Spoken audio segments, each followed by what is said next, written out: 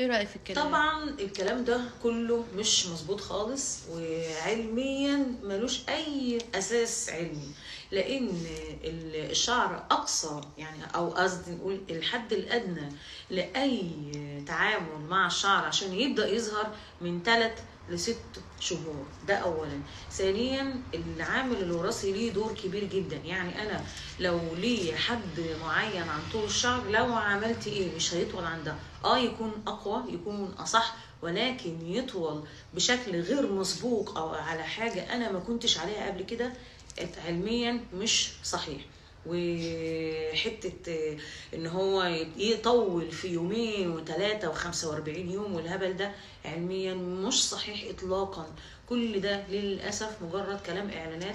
وللاسف اكتر ان معظم البنات بتجري على المنتجات دي، واراهن اي واحده واتحدى